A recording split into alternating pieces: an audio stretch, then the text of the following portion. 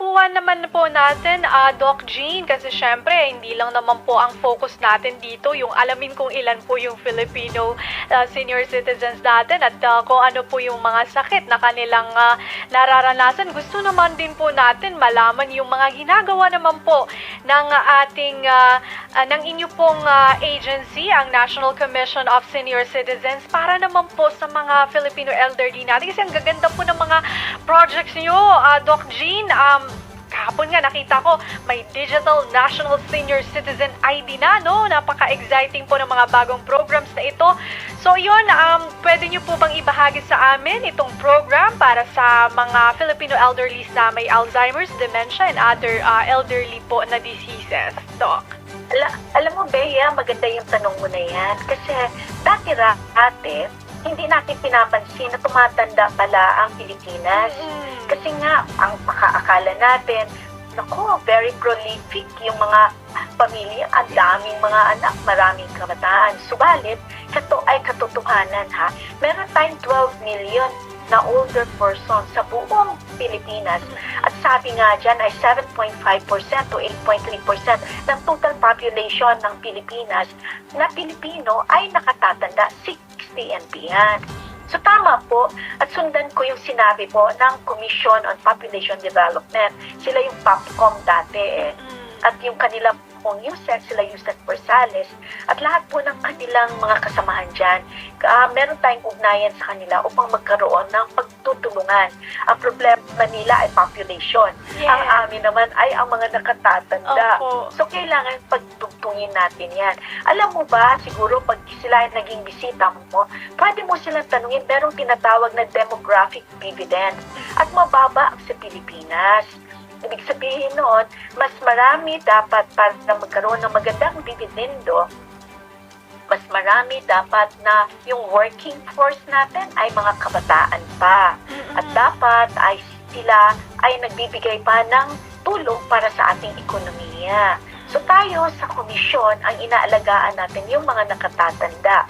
So kung titingnan mo, Bea, dahil nga nakita ng ating pamahalaan na kailangan pala ng isang sektor na tututok dito.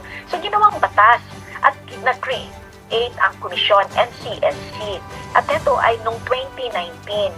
Okay. So nung ito ay nabuo, tayo ay naatasan ng 2 mandato. Una, polisiya, para masiguro natin na tayo makikipagtulungan sa iba't ibang ahensya at saka sa ating mga policy makers para sa mga batas, no? At mga benefits na para sa ating mga nakatatanda. Subalit sa isang banda, kailangan tutukan yung pag-implement ng mga programa kagaya nitong para sa dementia awareness. Yes. So para dito sa ating wellness na programa for mental well-being, kasama natin ang iba't ibang mga medical specialty societies. Kasi sabi nga natin, kung ang ahensya lang, hindi namin kakayanin. At ang mga eksperto, kailangan namin sila onboarded. Yes. So tayo nagagalak na kasama natin ang Alzheimer's Disease Association of the Philippines at magkakaroon tayo ng mga awareness, trainings at saka mga advocacy sa darating na Oktubre. Okay. Kasi ayaw ko sila galawin ngayong Setyembre at ito ay anniversary nila daw Okay, So, busy sila, ma'am. Opo, so kailangan sa Oktubre kasi para libreng-libre na sila na tututukan natin, ibaba natin sa pinakaibaba sa pamamagitan ng ating mga SC3Cs or ang ating community-based care centers for seniors. So magkakaroon tayo niyan sa Oktubre. Okay. Pangalawa, kasama natin ang Institute for Dementia Care Asia. So sila naman si Dr. Jackie Dominguez kasi meron silang isang sayaw. Alam mo ba, Bea? May sayaw sila na ang tawag Zumba ba yan, ma'am? Oo, indak. Alam mo ba yung sayaw na yan ay nagtuturo sa ating mga utak, sa ating mga nakatatanda para sila ay hindi makalimot at matandaan nila yung kanilang ginagawa. So, we are partnering with all of these agencies.